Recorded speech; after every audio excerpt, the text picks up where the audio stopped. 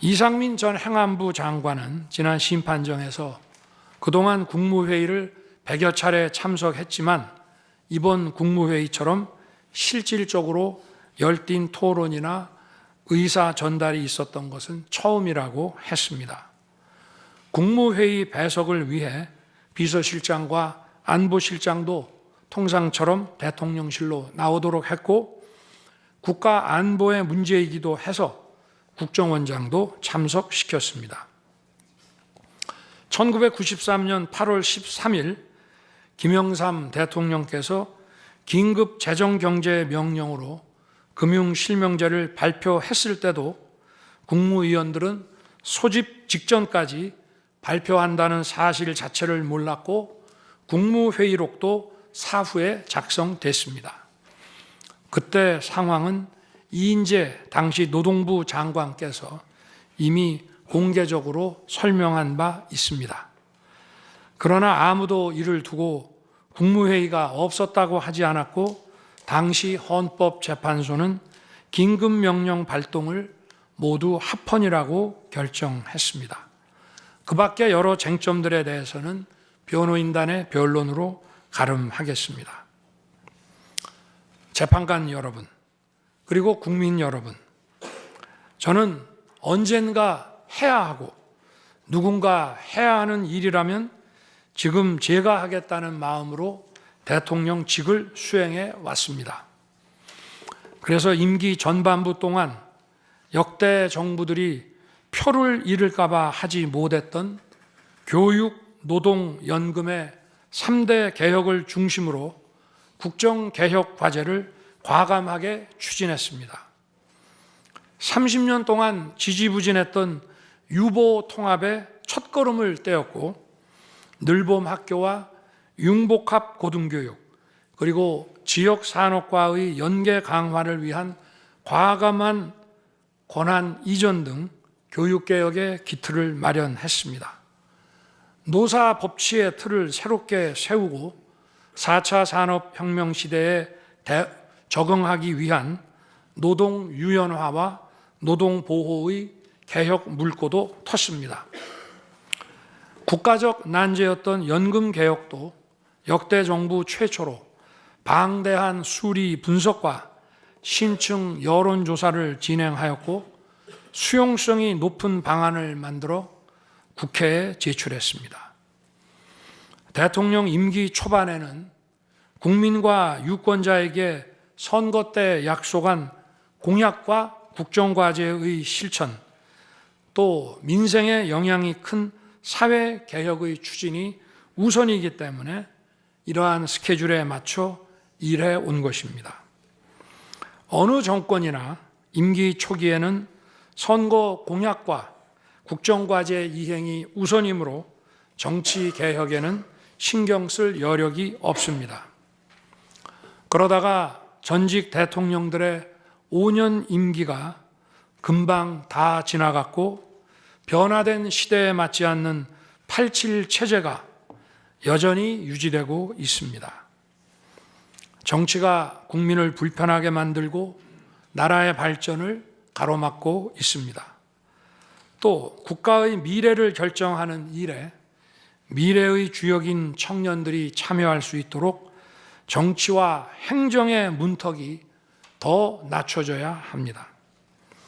제가 직무에 복귀하게 된다면 먼저 87 체제를 우리 몸에 맞추고 미래 세대에게 제대로 된 나라를 물려주기 위한 개헌과 정치개혁의 추진에 후반부를 집중하려고 합니다.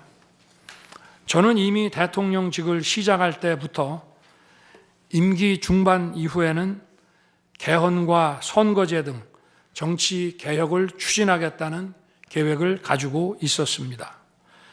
현직 대통령의 희생과 결단 없이는 개헌과 정치 개혁을 할 수 없습니다. 그래서 내가 이것을 해내자고 생각했던 것입니다.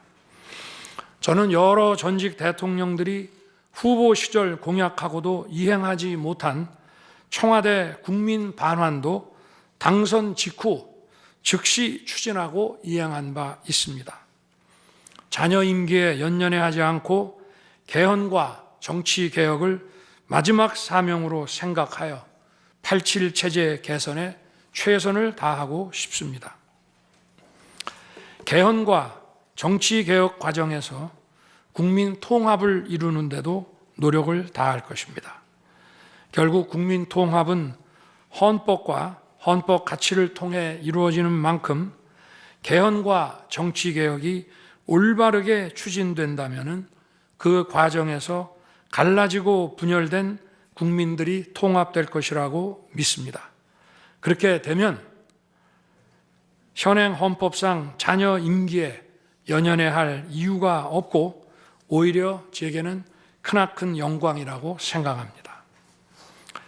그리고 국정 업무에 대해서는 급변하는 국제 정세와 글로벌 복합 위기 상황을 감안하여 대통령은 대외 관계에 치중하고 국내 문제는 총리에게 대폭 위임할 생각입니다. 우리 경제는 다른 어느 나라보다 대외 의존도가 높습니다. 특히 미 트럼프 행정부 출범 이후 국제 질서의 급변과 글로벌 경제 안보의 불확실성에 크게 영향을 받을 수밖에 없습니다. 지금 우리가 국가 노선을 어떻게 선택하느냐에 따라 이 위기가 기회가 될 수도 있고 돌이킬 수 없는 재앙을 맞을 수도 있습니다. 글로벌 중추 외교 기조로 역대 가장 강력한 한미 동맹을 구축하고 한미일 협력을 이끌어낸 경험으로 대외 관계에서 국익을 지키는 일에 매진하고 싶습니다. 임기 전반기에도 지방시다위원회와 국민통합위원회를 통해 지역별, 세대별, 계층별 통합을 위해 노력해 왔지만 앞으로도 국민을 하나로 묶고 국가 전체 시너지를 올리는 국민 통합에 더욱 노력할 것입니다. 존경하는 헌법재판관 여러분, 먼저 촉박한 일정의 탄핵 심판이었지만 충실한 심리에 애써주신 재판관님들께 깊이 감사드립니다. 이번 심리는 내란 탄핵으로 소추한 후 심판 대상에서 내란을 삭제한 소추단 측이 제시한 쟁점 위주로 이루어지게 됐습니다. 그러다 보니 제가 12.3 비상계엄을 선포한 이유와 그 불가피성에 대해서는 충분히 설명드릴 기회가 부족했다고 생각합니다. 서면으로 성실하게 관련 자료를 제출하였으니 대통령으로서 고뇌의 결단을 한 이유를 깊이 생각해 주시기 바랍니다. 또 많은 국가 기밀 정보를 다루는 대통령으로서 재판관님들께 모두 설명드릴 수 없는 부분에까지 재판관님들의 지혜와 해안이 미칠 것이라 믿습니다. 다시 한번 재판관님들의 노고에 감사드립니다. 그리고 사랑하는 대한민국 국민 여러분, 국가와 국민을 위한 계엄이었지만 그 과정에서 소중한 국민 여러분께 혼란과 불편을 끼쳐드린 점 진심으로 죄송스럽게 생각합니다. 저의 구속 과정에서 벌어진 일들로 어려운 상황에 처한 청년들도 있습니다. 옳고 그름에 앞서서 너무나 마음이 아프고 미안합니다. 정말 미안한 생각을 가지고 있습니다. 저는 대통령에 출마할 때 나라를 위해 목숨을 바치겠다고 결심했습니다. 지난 12.3 계엄과 탄핵소추 이후 엄동설안에 저를 지키겠다고 거리로 나선 국민들을 보았습니다. 저를 비판하고 질책하는 국민들의 목소리도 들었습니다. 서로 다른 주장을 하고 있지만 모두 대한민국을 사랑하는 마음이라고 생각합니다. 부족한 저를 지금까지 믿어주시고 응원을 보내주고 계신 국민 여러분께 진심으로 감사드립니다. 저의 잘못을 꾸짖는 국민의 질책도 가슴에 깊이 새기겠습니다. 그리고 이 모든 과정이 새로운 대한민국으로 도약하는 디딤돌이 될 수 있도록 최선을 다하겠습니다. 감사합니다.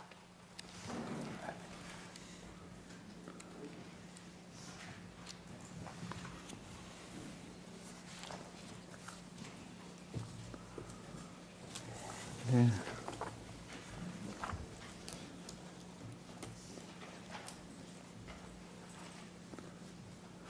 예, 이것으로 변론을 종결하겠습니다.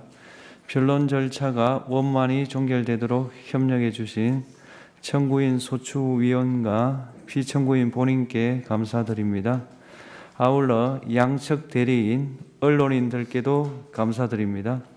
선고기일은 재판부 평의를 거쳐 추후 고지해 드리겠습니다. 이상입니다.